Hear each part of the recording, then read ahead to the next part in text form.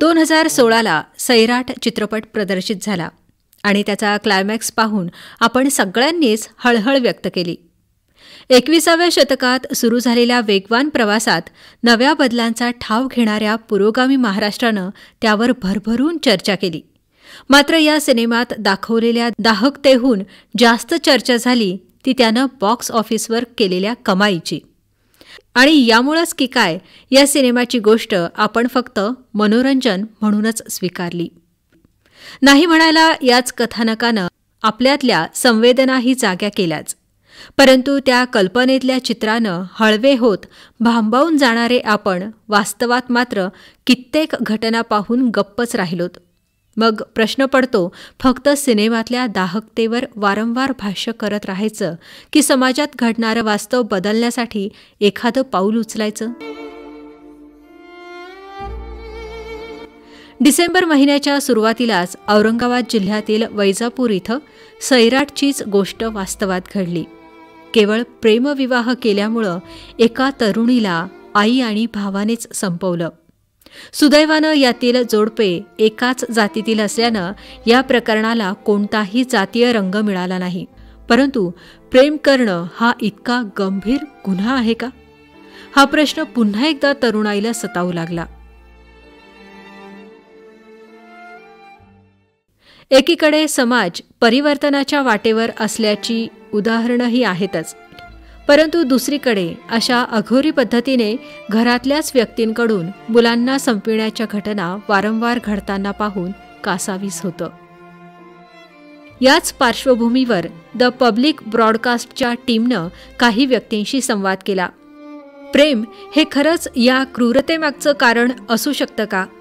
अशा वेगवेगळ्या गोष्टींवर चर्चा झाली. बघूया स्पेशल ब्रॉडकास्टमध्ये त्यातल्याच काही निवडक प्रतिक्रिया. गेल्या काही दिवसापासून महाराष्ट्रामध्ये ऑनर किलिंगचे काही प्रकार घडत आहेत. ते प्रकार आपण सर्रास पाहतो आहोत इकडे तिकडे, आणि ते घडताना खरं तर मनाला असंख्य वेदना होत आहेत की यामध्ये मुलांचा जितका दोष आहे तितकाच दोष पालकांचा ही आहे.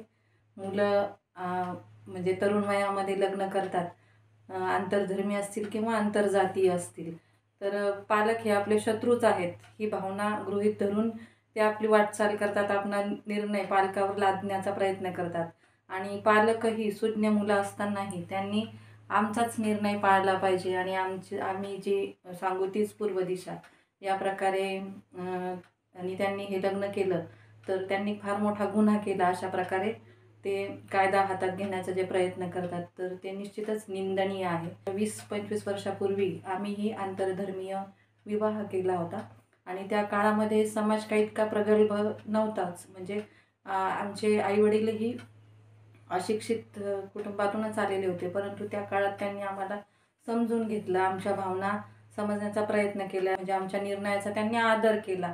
तर तुम्ही जर योग्य रस्त्याने तुमचा जर मार्ग निश्चित असेल, दिशा व्यवस्थित असेल, तर घरचे लोक निश्चितच तुमचा आदर करतात. परंतु जर तुम्ही मुलांनी जर टोकाची भूमिका घेतली, घरच्यांना विचारात न घेता जर आपला निर्णय त्यांच्यावरती लादण्याचा प्रयत्न केला, तर त्यातून असे अनर्थ घडतात आणि मग त्यातून पालकही मग ह्याच्यावरती म्हणजे नाही का अविचारी भूमिकेतून अशा प्रकारचे निर्णय घेतात. तर हे कुठेतरी थांबायला पाहिजे. मुलांनीही पालकांचा आदर केला पाहिजे, त्याचप्रमाणे आपल्या निर्णयामध्ये त्यांना सम्मिलित करून घेतलं पाहिजे. आणि पालकांनी ही मुलं जे करतायत तर ते फार वेगळं काही करतायत अशा पद्धतीची भूमिका नाही घेतली पाहिजे. समाज आता सुधारतो आहे, तर त्यांनी हा नवा विचार अंगीकारला पाहिजे आणि या विचाराला पाठबळ दिलं पाहिजे असं मला वाटतं. आईवडिलांनीही मुलांना अगोदर समजून घेतलं पाहिजे, कारण किती केलं तरी ती त्यांची मुलं आहेत आणि त्यांच्याकडून या घडणाऱ्या चुका किंवा काही गोष्टी घडतात त्याला समजून आईवडिलांनी घेतलंच पाहिजे. जगणं हा प्रत्येक सजीवाचा मूलभूत हक्क आहे, ज्याची त्याची जगण्याची प्रेरणाही वेगळी असू शकते. कुणावर प्रेम करणं, ते मिळवणं हा देखील याच प्रेरणेचा एक अविभाज्य भाग. मात्र या प्रेमाच्या बदल्यात एखाद्याला प्राणच गमवावा लागत असेल तर हे अत्यंत दुर्दैवी आहे. अलीकडे मानवी जीवनाची अनेक परिमाणं बदलली, जगण्याची विचार करण्याची शैलीही प्रचंड बदलली. सुख म्हणता म्हणता आता माणूस एकमेकांचं दुःखही ओरबाडू लागला की काय असं वाटू लागतं. जगण्याची कोणतीच शाश्वती नसतानाही एकमेकांना संपविण्याचा प्रयत्न केला जातोय. प्रेम हे यामागचं खरं कारण असूच शकत नाही. याच्या मुळाशी जाता यायला हवं. या वैफल्यतेची मुळं आपल्या मानसिकतेत रुजली आहेत. खरोखर ही फार चिंतनाची गोष्ट वाटते. अशी घटना पाहता मनाला कुठेतरी या घटना टोचतात आणि पुन्हा एकदा सगळे गोष्टी प्रेमाकडे जातात आणि मग प्रेम करावं की नाही हा प्रश्न तयार होतो. खरं तर प्रेम केलं पाहिजे तरुणांनी, पण कुठेतरी आईवडिलांची जो स्वाभिमान आहे, कुठेतरी समाजात इज्जत आहे, या गोष्टीकडे आणि पाहिलं पाहिजे कुठेतरी. आणि आईवडिलांनी जे आपल्याला मोठं केलं आहे त्याच्याकडे आपण थोडंसं भान ठेवलं पाहिजे. तसंच आईवडिलांनी मुलांनी प्रेम केलं आहे आणि त्यांचा विवाह झाला आहे तर त्यांना कुठेतरी समजून घेण्याची ही वेळ आहे, तरच या घटना कुठेतरी थांबतील. तरुणांनी किंवा आईवडिलांनी दोघांनी या गोष्टी समजून घ्यायचा प्रयत्न केला नाही तर या घटना घडतच राहतील. हीच वेळ आहे ती कुठेतरी एकमेकांना समजून घेण्याची. वैजापूरमध्ये जे झालेल्या प्रेमविवाहाच्या कहाणीमध्ये मुलीला जे मारण्यात आलं की आईवडिलांनी मुलांना प्रेम केल्याबद्दल जी शिक्षा दिली त्याच्यात समजून घेतलं पाहिजे आणि त्यांना समाजात वावरून दिलं पाहिजे. मी स्वतःही आंतरजातीय विवाह केलेला आहे आणि आज मी पण समाजामध्ये व्यवस्थित वावरते आणि घरच्यांनी मला तेवढंच ॲक्सेप्ट केलेलं आहे. अशा घटना महाराष्ट्रासारख्या पुरोगामी म्हणणाऱ्या राज्यामध्ये का घडत आहेत? खरं तर ही पहिली घटना नाही, अशा अनेक घटना घडलेल्या आहेत. परंतु ही कुठं थांबायला पाहिजे असं वाटत होतं. महाराष्ट्र पुरोगामी आहे, शाहू फुले आंबेडकरांचा आहे, शिवाजी महाराजांचा आहे. अशा महाराष्ट्रामध्ये अशा घटना घडण्याच्या का थांबत नाहीत हे एक मोठा प्रश्न आपल्यासमोर आहे. पण मुद्दा असा आहे की आपल्या महाराष्ट्रामध्ये ग्रामीण भागामध्ये विशेषतः प्रबोधनाची जी पहाट आहे ती अजून झालेलीच नाही. स्त्रियांना स्वतःचे निर्णय घेता येऊ शकतात, तिनं आपला स्वतःचा नवरा निवडायचा त्याला अधिकार आहे, अशा पद्धतीचा पुढं जाणारा विचार अजून ग्रामीण भागामध्ये पोचलेला नाही. एकीकडं माहेरची साडी, कुंकू असेसारखे ग्रामीण भागातले सिनेमे बघून स्त्री आणि पुरुष रडणारे तेच आपल्या मुलामुलीचा खून का करतात? आपल्या मुलांनी थोडंसं वेगळं, मुलींनी वेगळं पाऊल उचललं तर त्यांना ते खुपतं, मोठ्या प्रमाणात त्यांना मानहानिकारक, अपमानकारक वाटतं आणि मुलींना मारावंसं वाटतं. ही एक अघोरी अशी पद्धत आपल्या महाराष्ट्रामध्ये आणि देशामध्येच आहे. ह्या सगळ्या गोष्टींचा आपण निषेध केला पाहिजे आणि समाजामध्ये जे प्रबोधन करणारी लोक आहेत त्यांनी गावाकडं या विषयावर प्रबोधन करण्याची खूप गरज आहे. विशेषतः महिलांच्या संदर्भात जी मानसिकता बनलेली आहे लोकांची ती सुधारण्याच्या दृष्टीनं काम करणं गरजेची गोष्ट आहे. खरं तर कोणताही मुलगा मुलगी वयामध्ये आल्यानंतर त्यांना आपला स्वतःचा विवाह करण्याचं स्वातंत्र्य असलं पाहिजे. आपला जोडीदार निवडण्याचं स्वातंत्र्य जर असेल तर चांगल्या पद्धतीचं त्यांचं कौटुंबिक जीवन, वैवाहिक जीवन यशस्वी होऊ शकतं. पण केवळ ज्या सामाजिक चालीरीती किंवा सामाजिक रूढी परंपरा ज्या आहेत त्या परंपरेला बळी पडून घरचेच लोक काही प्रेमविवाह करणाऱ्यांना संपवतात किंवा ठरवून विवाह करणाऱ्यांना संपवतात. ही अतिशय दुर्दैवी घटना आहे आणि ही कुठेतरी थांबलं पाहिजे. आपण 21व्या शतकामधून मार्गाक्रमण करत आहोत आणि अशा वेळी जेव्हा समाज बदलण्याचं चित्र सगळीकडं निर्माण करण्याचा प्रयत्न वेगवेगळे लोक करत आहेत त्याचा विचार करून जेही कोणी असे प्रेमविवाह करत असतील किंवा ठरवून विवाह करत असतील तर अशा मुलामुलींना घरच्यांनी स्वातंत्र्य दिलं पाहिजे. जर त्यांनी स्वातंत्र्य दिलं तर ते निश्चितच आपल्या आयुष्यामध्ये यशस्वी होऊ शकतात. जागतिक कीर्तीचा विचारवंत असलेला खलील जिब्रान सांगतो, एखाद्या जीवाला जन्म घेण्याची इच्छा होते आणि तो परमेश्वराकडे आर्जव करतो. त्याची प्रार्थना फळाला येते. आपल्या जिनाने तो पृथ्वीवर अवतरतो आणि आपल्याला आपण आईबाप झाल्याचा भास होतो. जिब्रान पुढे सांगतो, तुमची मुलं ही परमेश्वरानं दिलेली सुंदर भेट आहे. तुम्ही त्यांना विचार देऊ शकता, परंतु तुमचे विचार त्यांच्यावर लादू शकत नाही. या मानसिकतेचं करायचं काय हाच सवाल घेऊन आज आपण या ठिकाणी चर्चा करतोय. मुळात अनेक प्रकारच्या चर्चा यापूर्वी घडलेल्या आहेत. सैराटसारखा सिनेमा आला आणि त्या सिनेमानं एक वेगळा विचार करायला आपल्याला भाग पाडलं.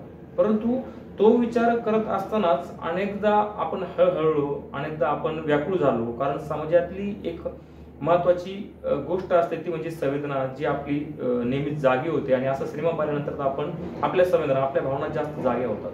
परंतु मला प्रश्न पडतो किंवा माझ्यासारख्या अनेकांना हा प्रश्न पडतो की आपण फक्त सिनेमा पाहूनच हळवे होतो का?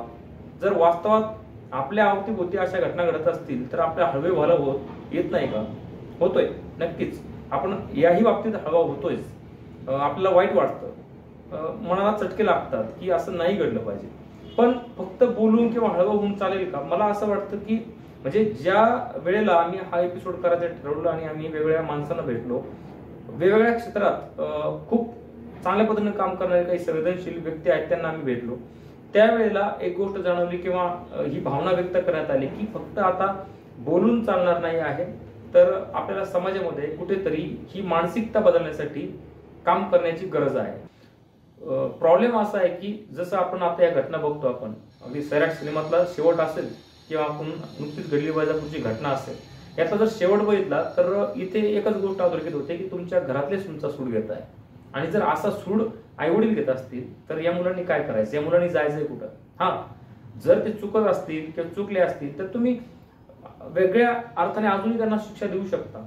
जसं की काही काळ तुम्ही राग धरला आणि त्यांच्याशी बोललेच नाही, तर हा अबोला धरून काही काळ तुम्ही राहिले तर तुमचा रागवण्याचा उद्देश त्यांना समजू शकेल. पण तुम्ही त्या रागात असं क्रूर पाऊल उचलणं आणि तुमच्याच मुलांना तुम्ही संपवून टाकणं, ही मानसिकता नक्कीच आपल्या संस्कृतीची चिन्ह नाहीये. ही मानसिकता बदलली पाहिजे. आणि यासाठी मला वाटतं अनेकांनी अनेक स्तरावर आणि या समाजाच्या मानसिकतेवर काम करण्याची गरज आहे. त्यामुळं दोन्ही अर्थाने विचार होणं गरजेचं आहे. मुलांनी सुद्धा आईवडिलांचा विचार करावा आणि क्रिटिकल वाटत असेल तर ते पाऊल उचलूच नाही. किंवा जर प्रेमभाव करायचा असेल तर आधी आईवडिलांना विचारात घेऊन त्यांचं मनपरिवर्तन करण्याचा प्रयत्न करावा की आम्ही सुखी कसं राहू शकतो किंवा तुम्हालाही सुद्धा आम्ही कुठल्याच त्रास होऊ देणार नाही. अशी जर तुम्ही त्यांची विचारसरणी बदलण्याचा प्रयत्न केला तर आईवडील आहेत ते समजून घेऊ शकतात. आणि दुसरी गोष्ट, जरी समजायला कदाचित मुलांना तुम्ही नकार दिला आणि त्यांनी नाहीच ऐकलं, त्यांनी प्रेमविवाह केला, तर विवाह आहे तो अरेंज पद्धतीचा आहे की प्रेमविवाह आहे की इंटरकास्ट आहे की कास्ट मधला आहे, या गोष्टी गौण आहेत. ते एकत्र येत आहेत, पुढच्या सुखी संसाराचं स्वप्न पाहत आहेत. तर एकच गोष्ट की तुम्हाला न विचारता त्यांनी केलंय, तर मला वाटतं ही फार मोठी चूक नाही की तुम्ही इतकं क्रूर वागावं. ती चूक तुमच्या दृष्टीने असेल कारण तुमच्या स्वाभिमानाला, तुमच्या प्रतिष्ठेला, तुमच्या विचारांना कुठेतरी त्यांनी धक्का पोहोचवलेला असतो. पण त्याचं प्रायचित्त इतकं मोठं देऊ नका. विनंती आहे, आमच्या या शोमध्ये आपण सहभागी झालात, अनेकांनी या एपिसोडसाठी आपली मतं कळवली, या सगळ्यांचा मी ऋणी आहे. आणि पुन्हा एकदा कळकळीची विनंती आहे, जास्तीत जास्त व्यक्तींनी यावर विचार करावा आणि आपल्या अवतीभोवती कुणीही कपल असतील, आईवडील असतील, अशा घटना घडण्याची चिन्ह दिसत नाहीत, कधी जाणवत सुद्धा नाही. परंतु असं वाटलं की कुणीतरी प्रेमविवाह करतं तर त्यावेळी काळजी घ्या. घरच्यांनी सुद्धा, मित्रमैत्रिणी असतील, कुणीही घ्या आणि स्वतः सुद्धा. थँक्यू.